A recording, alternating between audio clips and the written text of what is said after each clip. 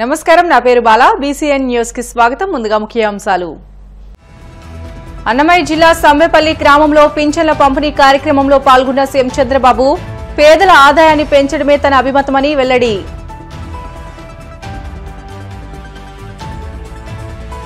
కూటమి ప్రభుత్వం పాలన పూర్తిగా గాడి తప్పింది. రాష్ట్రంలో ఆర్థిక అరాచకత్వం రాజ్యమేలుతుందని మాజీ మంత్రి కురసాల కన్నబాబు ఆక్షేపణ.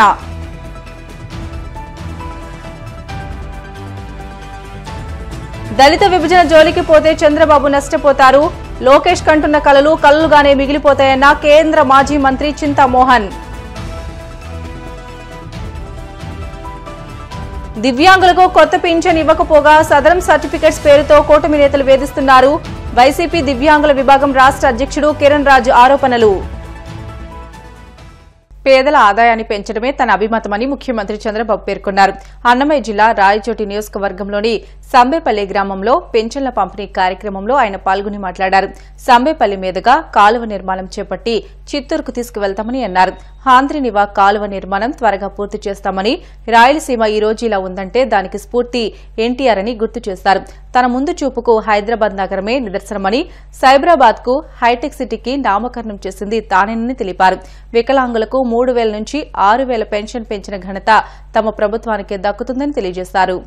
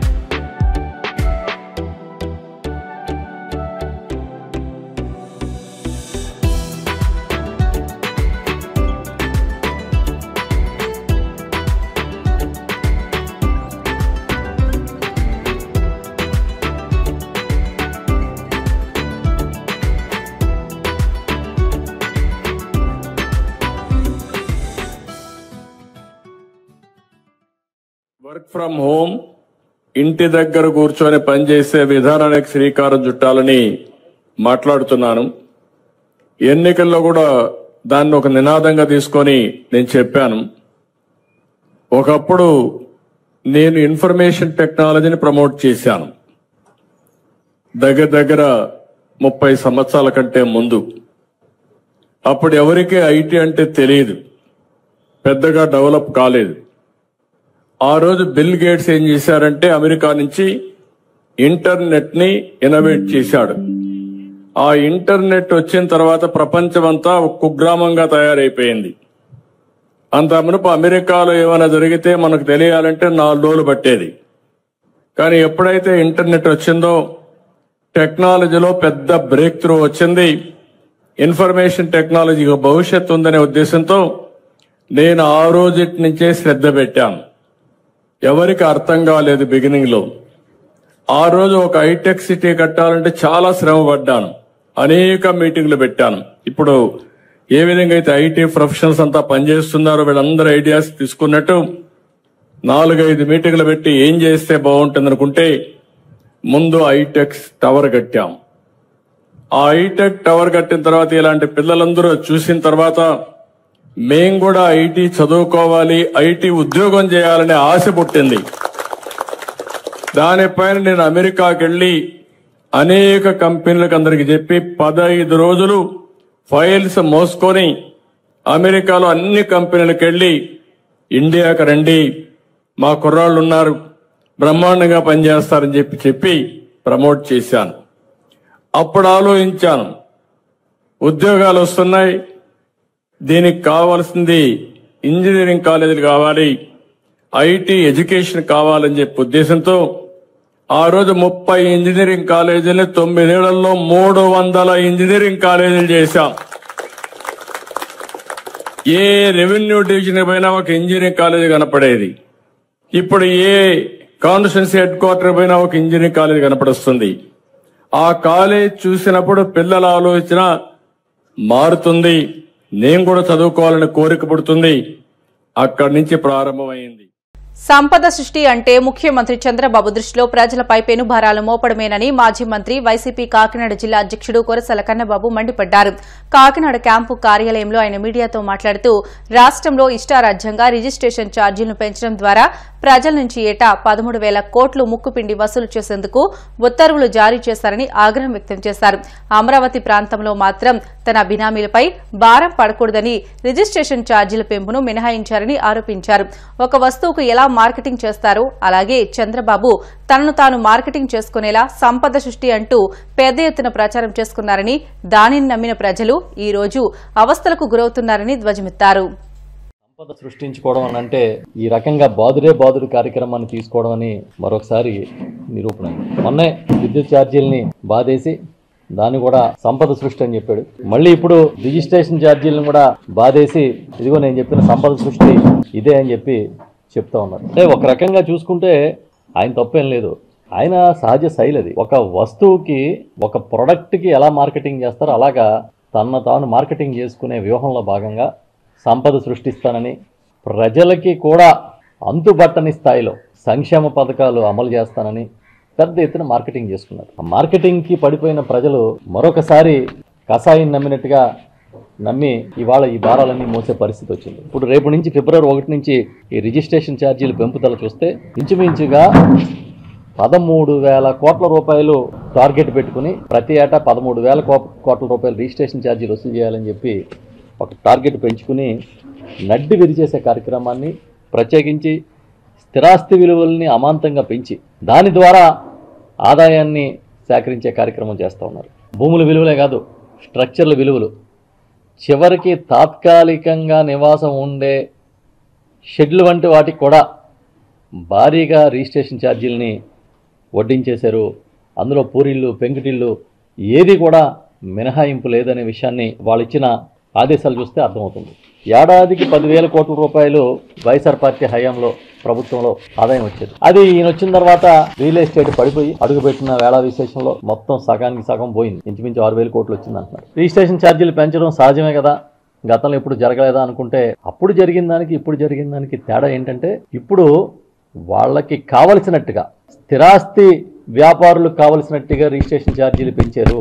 ఉదాహరణకి రాష్ట్రం అంతా పెంచితే ఒక అమరావతిలో ఎందుకు పెంచలేదో చంద్రబాబు నాయుడు గారు సమాధానం చెప్పాలి. అంటే అమరావతి ఎవరు రియల్ ఎస్టేట్ కంపెనీ, ఎవరికి మేలు చేద్దామని మీరు అక్కడ ఛార్జీలు పెంచలేదు అంటే అమరావతిలో ఛార్జీలు భూముల ధరలు పెంచితే మార్కెట్ విలువ కన్నా తక్కువ ఉన్నప్పటికీ అంత పెద్ద వైట్ అమౌంట్ పెట్టి కొనేవాళ్ళు తగ్గిపోతే మీ మార్కెట్ పడిపోద్దనే కదా మీరు పెంచండి.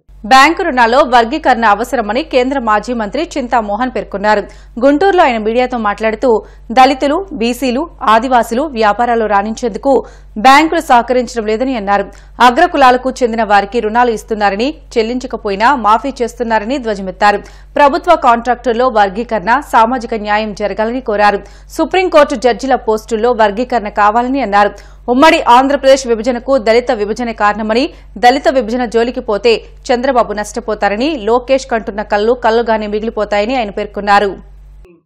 వర్గీకరణ అనే ఒక అంశం వచ్చింది ఈ మధ్య. వర్గీకరణ కావాల్సింది బ్యాంకుల్లో, వర్గీకరణ కావాల్సింది బ్యాంకుల్లో. లక్షల కోట్ల రూపాయలు ఇస్తున్నారు. ఎస్సీ ఎస్టీలకు ఈరోజు ఇస్తున్నటువంటిది బ్యాంకుల్లో 1% కూడా లేదు. 99, 25% ఉన్నటువంటి ఎస్సీ ఎస్టీలకు ఇస్తున్నటువంటి బ్యాంకు రుణాలు 1% లేదు. 99% వేరే వాళ్ళకి ఇస్తున్నారు, కోటీశ్వరులకే ఇస్తున్నారు. వర్గీకరణ కావాల్సింది ఓబీసీలకి ఇంత ఇవ్వాలి. 27% రిజర్వేషన్లు ఇచ్చాం. నువ్వు 27% బ్యాంకుల్లో రుణాలు ఓబీసీలకు ఇవ్వాలి, 15% ఎస్సీలకు ఇవ్వాలి, ఇచ్చి తీరాలి. 7.5% గిరిజనులకు ఇవ్వాలి. ఇది ఇక్కడ కావాలి వర్గీకరణ. దీని కొరకు నేను డిమాండ్ చేస్తున్నా. భారత ప్రభుత్వాన్ని, ప్రధానమంత్రికి సపోర్ట్ చేస్తున్నటువంటి చంద్రబాబు నాయుడు నేను డిమాండ్ చేస్తున్నా. ఎస్సీలకు వీళ్ళు బ్యాంకుల్లో లోన్లు ఇవ్వండి, దీంట్లో వర్గీకరణ కావాలి. ఏంది పనికిమాలిన ఉద్యోగాలు, పనికిమాలిన ఎన్నో ఉన్నాయి స్కూళ్ళు, కాలేజీలు. దాంట్లో కాదు, బ్యాంకుల్లో వర్గీకరణ కావాలి. 33 మంది సుప్రీంకోర్టులో జడ్జీలు ఉంటే 20 మంది ఒక వర్గానికి సంబంధించిన వాళ్లే. పేరెత్తి చెప్తున్నా నేను. బ్రాహ్మణులు ఉన్నారు 20 మంది. 33 మందిలో ఎంతమంది ఎస్టీలు ఉన్నారు, ఎంతమంది ఎస్సీలు ఉన్నారు, ఎంతమంది ఓబీసీలు ఉన్నారు? ఈ దేశంలో ఓబీసీలు 50% ఉన్నారు. వాళ్ళు ఎంతమంది ఎందుకు ఇవ్వటం లేదు? హైదరాబాద్ ఇక్కడ ఉన్నటువంటి అమరావతి కోర్టులో ఎంతమంది ఓబీసీలు జడ్జీలు ఉన్నారు? ఓబీసీల్లో ఇవ్వండి వాళ్ళకి వర్కులు. మరి కోర్టులలో వర్గీకరణ రావాలి. మొట్టమొదట బ్యాంకుల్లో వర్గీకరణ కావాలి. ఎస్సీలకింత, ఎస్టీలకింత, ఓబీసీలకింత ఇవ్వకపోతే అక్కడ తీసుకొచ్చి మిగిలిన మళ్ళా ఆలోచిద్దాం. నేను ఖండిస్తూ చివరిలో జర్నలిస్టుల గురించి ఒక్క మాట చెప్పదలుచుకున్నాను. మాకు తిరుపతిలో జర్నలిస్టులు ఉన్నారు, లక్షాధికారులు. మేము మంచి స్థలాలు తీసించాం. ఆ స్థలం అమ్ముకుంటేనే లక్షలు, కోటీశ్వర్లు కూడా ఉన్నారు మా దాంట్లో. కార్డులు పెట్టుకో ఉన్నారు.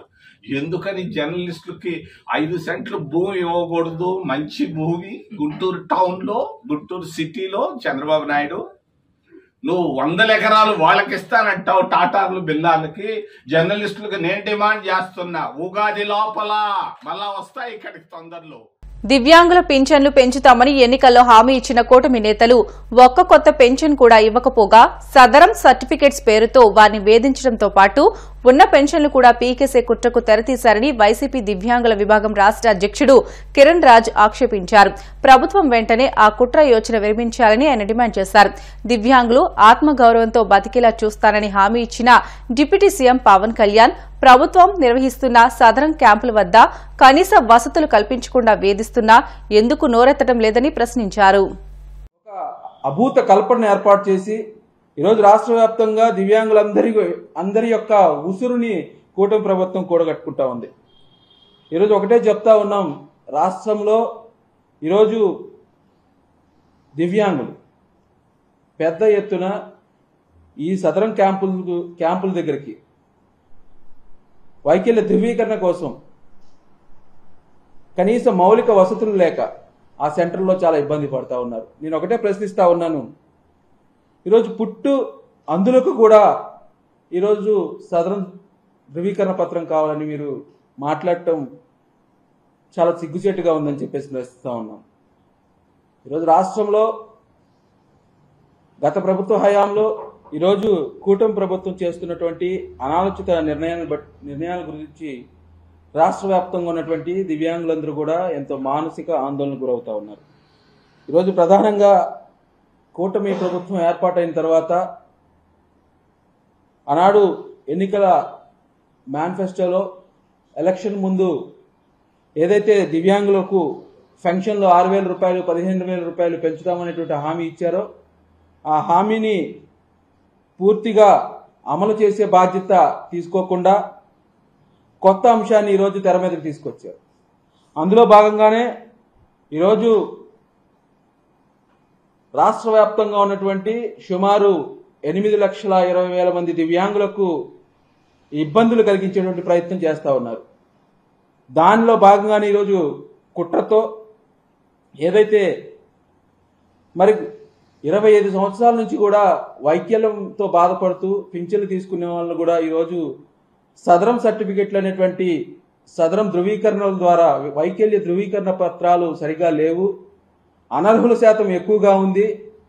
ఏదైతే వైఎస్ఆర్ కాంగ్రెస్ పార్టీ ప్రభుత్వ హయాంలో అనర్హులను అర్హులుగా చిత్రీకరించి మరి దివ్యాంగులకు పెద్ద ఎత్తున పెన్షన్లు కేటాయించినటువంటి ఒక అభూత కల్పన ఏర్పాటు చేసి ఈరోజు రాష్ట్ర వ్యాప్తంగా దివ్యాంగులందరి యొక్క ఉసురుని కూటమి ప్రభుత్వం కూడగట్టుకుంటా ఉంది. పట్టభద్రుల ఎమ్మెల్సీ ఎన్నికలకు సంబంధించి ఓటర్ల నమోదు ప్రక్రియను ఈ నెల 5 వరకు ఎలక్షన్ కమిషన్ పొడిగించిందని, ఇంకా నమోదు చేయించుకోని పట్టభద్రులు ఎవరైనా ఉంటే వెంటనే నమోదు చేయించుకోవాలని టీడీపీ రాష్ట అధికార ప్రతినిధి పిఠాపురం మాజీ ఎమ్మెల్యే వర్మ విజ్ఞప్తి చేశారు. పిఠాపురం టీడీపీ కార్యాలయంలో ఆయన మీడియాతో మాట్లాడుతూ ఉభయ గోదావరి జిల్లాల పట్టభద్రుల ఎమ్మెల్సీ కూటమి అభ్యర్థిగా పోటీ చేస్తున్న పేరాబత్తుల రాజశేఖర్ కు విజ్ఞులైన పట్టభద్రులు తమ మొదటి ప్రాధాన్యత ఓటును వేసి గెలిపించుకోవాలని కోరారు. కమిషన్ పట్టభద్రుల ఎలక్షన్ గురించి ఏదైతే ఇంకా ఎన్రోల్మెంట్ చేసుకోలేని గ్రాడ్యుయేట్స్ ఎవరైతే ఉంటారో పిఠాపురం నియోజకవర్గంలో వారందరూ కూడా ఓటు నమోదు చేసుకోవడానికి 5వ తారీఖు వరకు కూడా అవకాశం ఇచ్చారు. కాబట్టి సంబంధిత ఆఫీసుల్లో ఎవరైతే నమోదు చేసుకోలేదో వారందరూ కూడా పట్టభద్రుల ఎలక్షన్ సంబంధించి గ్రాడ్యుయేట్స్ ఓటు నమోదు చేసుకుని ఓటు వేయవలసిందిగా విజ్ఞప్తి చేస్తారు. పేరాబత్తుల రాజశేఖర్ గారిని పట్టభద్రుల ఎమ్మెల్సీ అభ్యర్థిగా కూటమి నిర్ణయించడం జరిగింది. మరి ఉమ్మడి తూర్పుగోదావరి జిల్లా, పశ్చిమ గోదావరి జిల్లాకు సంబంధించి కూటమి అభ్యర్థి పేరాబత్తుల రాజశేఖర్ గారికి ప్రతి ఒక్క గ్రాడ్యుయేట్ మొదటి ఓటు ఆయనకి వేయవలసిందిగా ప్రార్థిస్తున్నాం. బ్రిటన్లో షార్ట్ బ్రేక్ తీసుకుందాం. Stay with us.